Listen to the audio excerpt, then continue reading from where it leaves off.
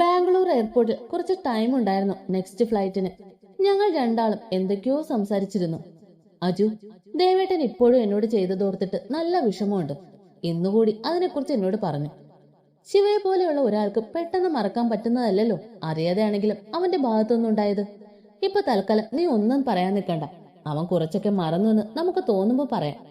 എയർപോർട്ടിൽ ഇറങ്ങി പുറത്തു വരുമ്പോഴേക്കും പപ്പയും അമ്മയും ഞങ്ങളെ പിക്ക് ചെയ്യാൻ വന്നിട്ടുണ്ടായിരുന്നു. എന്തൊക്കെയുണ്ട് രണ്ടാൾക്കും? ഞങ്ങളൊന്നും ഇല്ലാഞ്ഞിട്ട് ബോറടിച്ചോ? പിന്നില്ലാതെ, അതല്ലേ നിങ്ങളോട് വേഗം വരാൻ പറഞ്ഞത്. നിങ്ങളെ വീട്ടിലാക്കിയിട്ട് ഞങ്ങൾ ഹോസ്പിറ്റലിൽ പോകും. ഫുഡൊക്കെ ഞാൻ ഉണ്ടാക്കി വെച്ചിട്ടുണ്ട്. ഫ്രഷ് ആയിട്ട് രണ്ടാളും കഴിച്ച് ഒന്ന് ഉറങ്ങിക്കോ. എന്നാ ക്ഷീണമൊക്കെ മാറിക്കോളും. ഓക്കെ മമ്മ. അജു വേഗം ഫ്രഷായി വാ, ഫുഡ് കഴിക്കാം. ഹലോ ദേവേട്ടാ, ഞങ്ങൾ വീട്ടിലെത്തി. വേറെ പ്രോബ്ലം ഒന്നും ഉണ്ടായില്ലല്ലോ? ഒന്നുമില്ല. എങ്കിൽ ഫുഡൊക്കെ കഴിച്ച് ഉറങ്ങാൻ നോക്ക്, പിന്നെ വിളിക്കാം. രണ്ടുപേരും വന്ന ക്ഷീണം മാറുന്നതുവരെ കിടന്നുറങ്ങി. രാവിലെ എഴുന്നേൽക്കുമ്പോഴേക്കും എല്ലാ ക്ഷീണവും മാറി ഉഷാറായിരുന്നു. നമുക്ക് ഇന്നു മുതൽ ഹോസ്പിറ്റലിൽ പോയാലോ അജു? കുറെ ആയില്ലേ പോയിട്ട്? എങ്കിൽ നീ വേഗം റെഡിയാകാൻ നോക്ക്. രണ്ടാളും പെട്ടെന്ന് റെഡിയായി പപ്പയുടെയും അമ്മയുടെയും ഒപ്പം തന്നെ പോയി. കുറച്ചുനാൾ വന്നില്ലെങ്കിലും അവിടെ ഒന്നും വലിയ മാറ്റമൊന്നും ഇല്ലാത്തത് കൊണ്ട് രണ്ടാൾക്കും വേറെ പ്രശ്നമൊന്നും തോന്നിയില്ല. തങ്ങളുടെ ജോലിയും ഇടയ്ക്കൊക്കെ അപ്പുവിനോടും ശിവയോടുമുള്ള ഫോൺ വിളികളും ഒക്കെയായി ജീവിതം സാധാരണഗതിയിലായി. ആകെ ഉണ്ടായ മാറ്റം എന്ന് പറയുന്നത് രണ്ടാളും എല്ലാ കാര്യങ്ങളും അവരുടെ പ്രണയത്തോട് പങ്കുവെക്കുക എന്നുള്ളതാണ്. ഹലോ അപ്പു, എവിടെയാ? ക്ലാസ്സിലാണോ അജുവേട്ടാ? കുറച്ച് ഡേയ്സ് ആയല്ലേ വിളിച്ചിട്ട്? എനിക്ക് കുറച്ച് തിരക്കായിരുന്നു, അതാ. എനിക്കറിയാമല്ലോ, അതല്ലേ ഞാൻ മെസ്സേജ് അയച്ചത്. വിളിച്ചാൽ ഫോൺ എടുക്കാൻ ടൈം ഉണ്ടാകുമെന്ന് ഡൗട്ട് തോന്നി എനിക്ക്. വേറെ എന്തൊക്കെയുണ്ട് അവിടെ വിശേഷങ്ങൾ? പ്രത്യേകിച്ച് ഒന്നുമില്ല. ഞാൻ ക്ലാസ്സിൽ പോകുന്നു. ശിവേട്ടനും അച്ഛനും ഓഫീസിൽ പോകുന്നു. മുത്തശ്ശനും മുത്തശ്ശിയും അമ്മയും വീട്ടിൽ ഇരിക്കുന്നു. ഇത്രയും മതിയോ വിശേഷം പറഞ്ഞത്? ഓ ഭാഗ്യം, വീട്ടുകാരെ കൊണ്ട് നിർത്തിയത്. അല്ലെ നീ നാട്ടുകാരുടെ കാര്യം കൂടി പറയുന്നത് മൊത്തം ഞാൻ കേൾക്കേണ്ടി വന്നേനെ. ഇടയ്ക്ക് വിളിക്കുമ്പോൾ അജുവിനെ ഇങ്ങനെ എന്തെങ്കിലും പറഞ്ഞ് ചുമ്മാ വട്ടുപിടിപ്പിക്കുന്നത് അപ്പുവിന്റെ സ്ഥിരം പണിയാണ്. അപ്പുവിനെ വിളിച്ചു കഴിഞ്ഞ് നച്ചുവിനെ നോക്കി വന്ന അജു കാണുന്നത് എന്തോ ആലോചിച്ചിരിക്കുന്ന നച്ചുവിനെയാണ്. നീ ഇതുപോലെ വെറുതെ ചിരിച്ചോണ്ട് നിന്ന് അധികം വൈകാതെ എല്ലാരും അറിയും നിന്റെ ശിവയുടെയും കാര്യമൊക്കെ. ഞാൻ എന്തൊക്കെയോ ഓർത്തപ്പോൾ വെറുതെ. മോൾക്കിപ്പോ ആലോചനയും ചിരിയൊക്കെ കുറച്ച് കൂടുതലാണ്. ഡാ, നീ സീരിയസ് ആയിട്ട് പറഞ്ഞതാണോ എനിക്ക് എന്തൊക്കെയോ മാറ്റങ്ങളുണ്ടെന്ന്? എന്തേ, നിനക്ക് തോന്നിയില്ലേ? പണ്ടൊക്കെ നമ്മൾ ഫുൾ ടൈം എവിടെയെങ്കിലും കറങ്ങി നടപ്പായിരിക്കും. ഇപ്പൊ നാട്ടിൽ നിന്ന് വന്ന് ഇത്രയും ദിവസമായിട്ട് എവിടെയും പോയിട്ടില്ല. എന്റെ കാര്യം പിന്നെ അവർക്കൊക്കെ അറിയാമെന്നെങ്കിലും കരുതാം. പക്ഷെ നീ വീട്ടിൽ തന്നെ ഇരിക്കെ ഫോൺ അധികം യൂസ് ചെയ്യാത്ത നീ ഫുൾ ടൈം അതിൽ നോക്കി നടക്കുന്നത് കാണുമ്പോൾ ആർക്കായാലും സംശയം തോന്നും. എന്തുണ്ടെങ്കിലും പറയും എന്നറിയാവുന്നത് കൊണ്ടാണ് പപ്പയും അമ്മയും ഒന്നും ചോദിക്കാത്തത് എന്നാ എനിക്ക് തോന്നുന്നത്. ഹലോ ദേവേട്ടാ, അജു എന്ന് പറഞ്ഞു എന്റെ ഇപ്പോഴത്തെ പെരുമാറ്റമൊക്കെ കണ്ട എല്ലാവർക്കും സംശയം തോന്നുന്നു. എന്ത് സംശയം? എനിക്ക് ആരോടെങ്കിലും പ്രണയം ഉണ്ടോന്ന്. അതിന് നിനക്ക് ആരോടെങ്കിലും പ്രണയമുണ്ടോ? ആ ഉണ്ട്. ഹോസ്പിറ്റലിലെ ക്രിസ്റ്റി ഡോക്ടറെ എനിക്ക് ഭയങ്കര ഇഷ്ടമാണ്. തമാശയ്ക്ക് പോലും അങ്ങനെയൊന്നും പറയില്ലേ നച്ചു. പിന്നെ എന്നോട് അങ്ങനെയൊക്കെ ചോദിച്ചത് ദേവേട്ടൻ തന്നെയല്ലേ? അങ്ങനെയെങ്കിൽ നീ എന്നോട് ഇഷ്ടമാണെന്ന് പറയുമെന്ന് ഞാൻ കരുതി.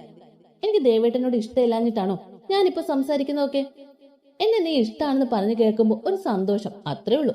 എങ്കിൽ ഞാൻ ഡെയിലി വിളിച്ച് ദേവേട്ടനെ എനിക്ക് ഒരുപാട് ഇഷ്ടമാണെന്ന് പറയാം. ശരിക്കും എല്ലാ ദിവസവും പറയുമോ? ഇപ്പൊ എനിക്ക് പ്രിയപ്പെട്ട എല്ലാവരുടെയും കൂടെ എന്റെ ജീവിതകാലം മൊത്തം കൂടെ വേണമെന്ന് തോന്നുന്ന ഒരാളാണ് ദേവേട്ടൻ.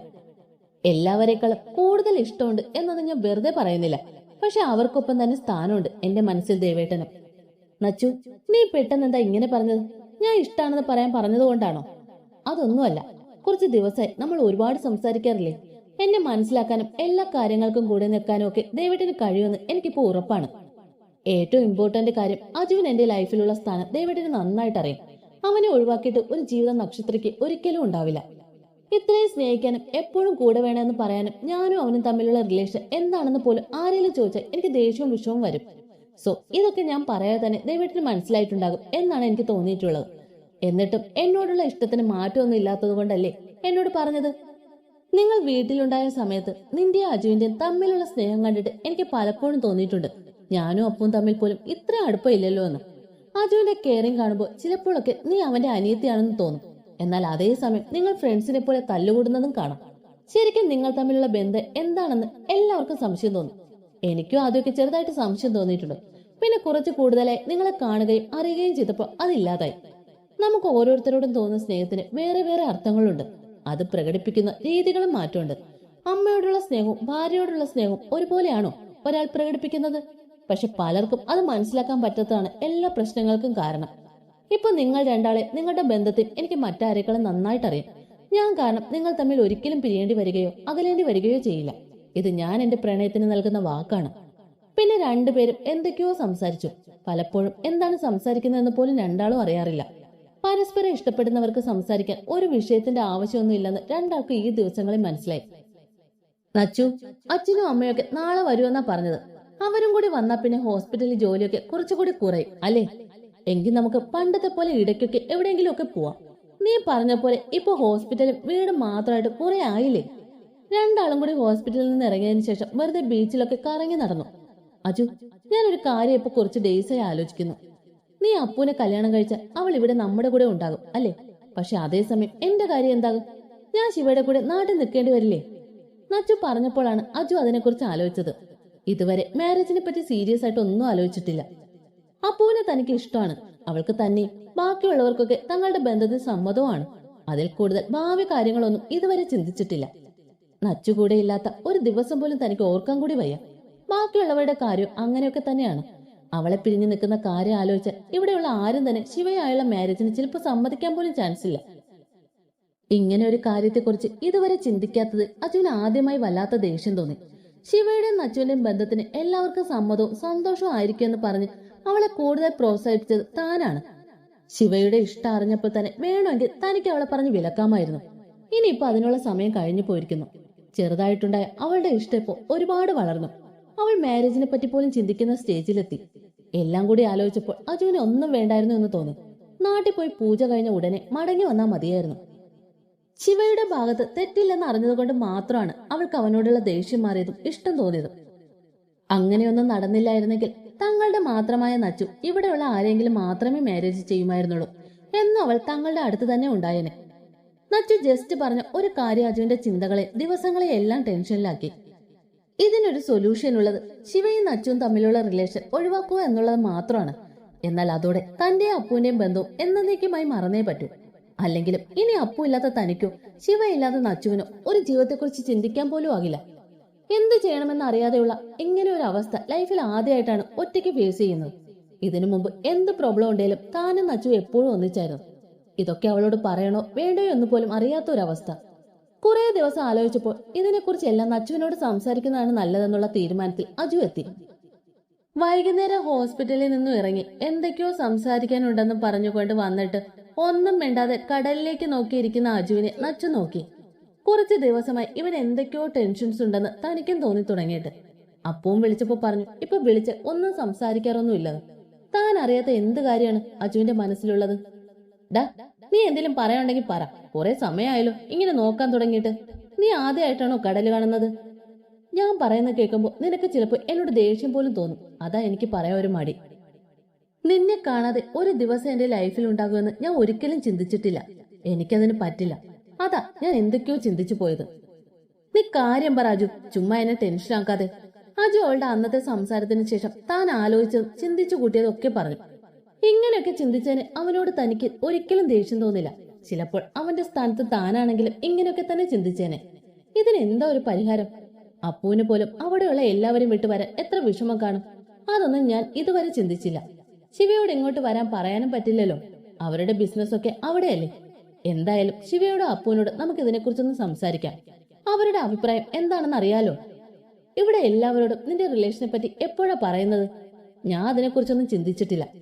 ഇപ്പോഴേ പറഞ്ഞ എല്ലാവർക്കും മാരേജ് നടത്താൻ തിരക്കാവും. കുറച്ച് നാളുകൾ ഇങ്ങനെ തന്നെ പോട്ടെ. വീട്ടിലെത്തി ഫ്രഷ് ആയ ഉടനെ നച്ചു ശിവയെ വിളിച്ചു. ദേവേട്ടാ, ബിസിയാണോ? അല്ലടാ, പറഞ്ഞു. എനിക്ക് സീരിയസ് ആയി കുറച്ച് സംസാരിക്കാനുണ്ട്. എന്താണ്? നമ്മുടെ മാരേജിനെ പറ്റിയാണോ? അതിനെക്കുറിച്ചാണ്. ബട്ട് ശിവ ഉദ്ദേശിച്ചതുപോലെ വേഗം നടത്താൻ പറയാനൊന്നുമല്ല. നീ ഇങ്ങനെ സസ്പെൻസ് ഇട്ട് പറഞ്ഞ് എന്നെ ടെൻഷൻ ആക്കാതെ. അജുവും താനും സംസാരിച്ച കാര്യങ്ങളെല്ലാം ശിവയോട് പറഞ്ഞു. കുറെ നേരത്തേക്ക് ശിവ ഒന്നും മിണ്ടിയില്ല. എന്താ ദേവേട്ട ആലോചിക്കുന്നത്? ഞാനും ഈ ഒരു കാര്യത്തെക്കുറിച്ച് ഇതുവരെ ചിന്തിച്ചിട്ടില്ല. അതാ പെട്ടെന്ന് കേട്ടപ്പോ ഒന്നും പറയാനില്ലാത്തത്. അപ്പുവിന്റെ കാര്യത്തിൽ വിഷമോ സങ്കടമോ ഒക്കെ ഉണ്ടെങ്കിലും അവൾക്ക് ചിലപ്പോൾ അഡ്ജസ്റ്റ് ആവാൻ സാധിക്കും എന്നാ എനിക്ക് തോന്നുന്നത്. ഇവിടെയൊക്കെ എല്ലാവരും മാരേജ് കഴിഞ്ഞ് ഹസ്ബൻഡിന്റെ കൂടെ പുറത്തേക്കും അയാളുടെ വീട്ടിലേക്കും താമസം മാറുന്ന അവൾ ചെറുപ്പം മുതൽ കാണുന്നതല്ലേ. എത്രയൊക്കെ സങ്കടം ഉണ്ടെങ്കിലും എല്ലാവരും അത് അക്സെപ്റ്റ് ചെയ്യാറുണ്ട്. പക്ഷെ നിന്റെ കാര്യം അങ്ങനെയല്ലല്ലോ. എനിക്കും ഈ ഒരു കാര്യത്തിൽ ആരെയും വിഷമിപ്പിക്കാതെ എന്ത് തീരുമാനം എടുക്കണമെന്ന് ഒരു ഐഡിയയും ഇല്ല.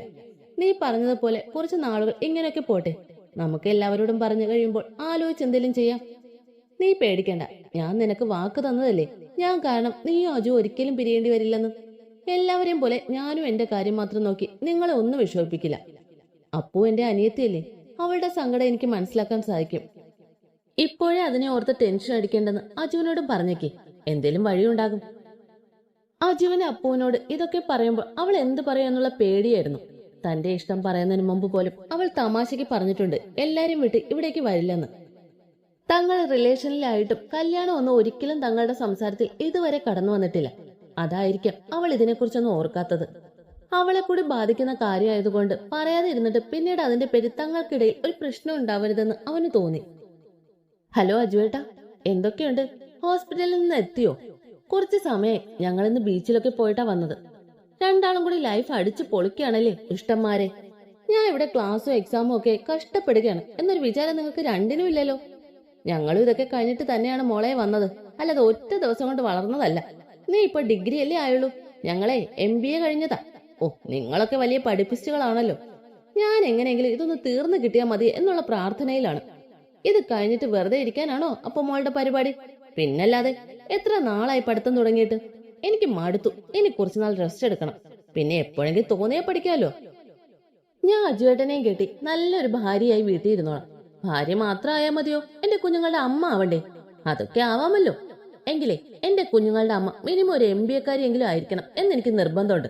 സോ നിനക്ക് MBA-ക്ക് പോകാൻ താല്പര്യമില്ലെങ്കിൽ ഞാൻ വേറെ പെണ്ണിനെ നോക്കേണ്ടി വരുമല്ലോ. എങ്കിൽ ഞാൻ കൊല്ലും. ആരെ കൊല്ലുമെന്ന്? അജുവേട്ടനെ, ആ പെണ്ണിനെ. എന്നാലും പഠിക്കില്ലെന്ന് തന്നെയാണല്ലേ മോളുടെ തീരുമാനം? എനിക്ക് വയ്യ ഇനിയും കഷ്ടപ്പെടാം. അല്ലെങ്കിൽ ഞാൻ പറഞ്ഞ പോലെ കുറച്ചുനാൾ റെസ്റ്റ് എടുത്തിട്ട് വീണ്ടും പഠിക്കാലോ. കല്യാണമൊക്കെ കഴിഞ്ഞ പിന്നെ പഠിക്കാനൊക്കെ ബുദ്ധിമുട്ടാവില്ലേ അപ്പു? എന്ത് ബുദ്ധിമുട്ട്? അജുവേട്ടൻ ജോലിക്ക് പോകുമ്പോ ഞാൻ കോളേജിൽ പോകും, അത്ര തന്നെ. അപ്പൊ പിന്നെ കുഞ്ഞുങ്ങളുടെ കാര്യം എന്ത് ചെയ്യും? ഏത് കുഞ്ഞിന്റെ കാര്യമാണ് അജുവേട്ടൻ പറയുന്നത്? കല്യാണം കഴിഞ്ഞാൽ നമുക്ക് കുഞ്ഞുണ്ടാവില്ലേ? അപ്പൊ പിന്നെ കുഞ്ഞിന്റെ അമ്മ എങ്ങനെ MBA-കാരി ആവുന്നത്? അയ്യടാ, എന്താ മോന്റെ ഒരു പൂതി? പൂതി എന്ന് വെച്ചാ എന്താ? ഓ, അതൊന്നും അറിയില്ലേ? നിന്റെ ചില വേർഡ്സിന്റെ മീനിങ് ഒന്നും എനിക്ക് മനസ്സിലാവാറില്ല. പിന്നെ നീ കളിയാക്കിയാലോ എന്ന് വിചാരിച്ച് ഞാൻ ചോദിക്കാത്തതാണ്. പൂതി മീൻസ് ആഗ്രഹമാണെന്ന് തോന്നും. നമ്മൾ ഇതൊക്കെ യൂസ് ചെയ്ത് ശീലിച്ചതല്ലാതെ ശരിക്കുള്ള മീനിങ് ഇതാണോ എന്നൊന്നും എനിക്കറിയില്ല. നീ എന്താ അങ്ങനെ പറഞ്ഞത് കുഞ്ഞിന്റെ കാര്യം പറഞ്ഞപ്പോൾ? പിന്നല്ലാതെ, പ്രേമിക്കാൻ തുടങ്ങിയിട്ട് പോലും കുറച്ചു കാലമല്ലേ ആയുള്ളൂ. ഇപ്പോഴേ ആഗ്രഹം കുഞ്ഞുണ്ടാവുന്നതാണ്. ആദ്യം കല്യാണം ഒന്ന് കഴിയട്ടെ, എന്നിട്ട് ബാക്കിയൊക്കെ നമുക്ക് ആലോചിക്കാം. ഡേ, ഞാൻ നിന്നോടൊരു ഇമ്പോർട്ടന്റ് കാര്യം പറയാനാണ് വിളിച്ചത്. നീ അതിന്റെ ഇടയിൽ എന്തൊക്കെയോ പറഞ്ഞു, ഞാനും അത് മറന്നുപോയി. എന്താണ് ഇത്ര വലിയ കാര്യം? താനും നച്ചും കൂടി സംസാരിച്ചതൊക്കെ അപ്പുവിനോട് അവൻ പറഞ്ഞു. എനിക്കൊരിക്കലും ഈ നാടും വീടും എല്ലാരും വിട്ട് അവിടെ വന്നാൽ അജുവേട്ടന്റെ ഒപ്പം സന്തോഷത്തോടെ ജീവിക്കാൻ കഴിയില്ല. അതുപോലെ തന്നെയാണ് നിങ്ങളുടെയും കാര്യം എന്നെനിക്കറിയാം. എല്ലാവർക്കും സന്തോഷം കിട്ടുന്ന എന്തേലും ഒരു മാർഗം കണ്ടുപിടിച്ചേ പറ്റൂ. ശിവേട്ടനോട് ഇതിനെക്കുറിച്ച് സംസാരിച്ചില്ലേ? ഇന്നാണ് ഞാനും നച്ചു ഇതിനെക്കുറിച്ച് സംസാരിച്ചത്. ഇത്രയും ദിവസം നച്ചു പറഞ്ഞ കാര്യം ആലോചിച്ച് ഞാൻ ശരിക്കും ഉറങ്ങിയിട്ട് പോലും ഇല്ല. വെറുതെ അല്ല, കുറച്ച് ദിവസമായി ഫോൺ വിളിച്ചാൽ എടുക്കാനും സംസാരിക്കാനും ഒന്നും താല്പര്യമില്ലാതിരുന്നത്. എന്നെ ശിവേട്ടനെ നൈസായിട്ട് ഒഴിവാക്കിയാലോ എന്ന് പോലും അജുവേട്ടൻ ആലോചിച്ചു കാണും എന്നെനിക്കറിയാം. ഞാനന്ന് പറഞ്ഞ പോലെ നിനക്കിപ്പോ എന്നേക്കാൾ കൂടുതൽ എന്നെ മനസ്സിലാവുന്നുണ്ട് അല്ലേ? നീ ഇല്ലാതെ ഒരു ലൈഫ് ഇനി എനിക്ക് ഒരിക്കലും സങ്കല്പിക്കാൻ പോലും കഴിയില്ല. എന്നിട്ട് നച്ചുവിനെ ഓർത്തപ്പോൾ ഒരു നിമിഷം ഞാൻ നീ പറഞ്ഞതുപോലെ ആലോചിച്ചു. പക്ഷെ നിങ്ങൾ രണ്ടാളും കൂടെ ഇല്ലാതെ ഞങ്ങളുടെ ലൈഫിൽ ഒരിക്കലും സന്തോഷം ഉണ്ടാവില്ലെന്ന് എനിക്ക് ഉറപ്പാണ്. എല്ലാ കാര്യങ്ങളും തുറന്നു പറയുന്നതാണ് എപ്പോഴും ഒരു ബന്ധം നിലനിൽക്കാൻ നല്ലത്. അതുകൊണ്ട് തന്നെയാണ് എന്റെ മനസ്സിൽ തോന്നിയ ഈ ഒരു മിസ്റ്റേക്ക് പോലും ഞാൻ നിന്നോട് തുറന്നു പറഞ്ഞത്. എനിക്കിതിന്റെ പേരിൽ അജുവേട്ടനൊരു ദേഷ്യമൊന്നും തോന്നില്ല. അജുവേട്ടന് നച്ചു ചേച്ചി ആരാണെന്ന് എനിക്ക് മറ്റാരേക്കാളും അറിയാം. സോ നിങ്ങളുടെ രണ്ടാളുടെയും ബന്ധത്തിന്റെ പേരിൽ നമ്മുടെ ലൈഫിൽ ഒരു പ്രശ്നവും ഉണ്ടാവില്ല എന്ന് ഞാൻ ഉറപ്പു തരുന്നു. പിന്നെ ചിലപ്പോഴൊക്കെ ചെറിയ അസൂയൊക്കെ എനിക്ക് ഉണ്ടാവും. അപ്പൊ ഞാൻ എന്തെങ്കിലും പറഞ്ഞ എന്റെ പൊട്ടത്തരാണെന്ന് കരുതി നിങ്ങൾ രണ്ടാളും എന്നോട് ക്ഷമിക്കണം. എത്രയൊക്കെ ഞാൻ നിങ്ങളെ മനസ്സിലാക്കി എന്ന് പറഞ്ഞാൽ ഞാനൊരു മലയാളിയല്ലേ, അതിൻ്റെതായ ഒരു ജലസിയൊക്കെ എന്റെ രക്തത്തിലുണ്ടാകും. നമുക്ക് തൽക്കാലം കല്യാണം കഴിഞ്ഞിട്ടുള്ള ഈ ഒരു പ്രശ്നത്തെ ആലോചിച്ച് ഇപ്പോഴേ ടെൻഷൻ ഒന്നും അടിക്കേണ്ട അജുവേട്ടാ. എല്ലാത്തിനും ദൈവം എന്തെങ്കിലും മാർഗം കാണിച്ചു തരും. I can't thank you enough for always being with me like this. നമ്മൾ തമ്മിൽ ഇങ്ങനെ നന്ദി പറയേണ്ട കാര്യമൊന്നും ഇല്ല അജുവേട്ടാ. എന്നെ ഇതുപോലെ മനസ്സിലാക്കി എന്നും കൂടെ ഉണ്ടായാൽ മതി. No matter what happens, I won't have a life without you. This is my promise my love. അപ്പുവിനോട് എല്ലാം പറഞ്ഞതിന്റെ സമാധാനത്തിൽ നച്ചുവിനെ കാണാൻ ഓടിപ്പോകാൻ ഡോർ തുറന്ന അജു കാണുന്നത് തന്റെ മുറിയുടെ വാതിക്കൽ കിതച്ചുകൊണ്ട് നിൽക്കുന്ന നച്ചുവിനെയാണ്.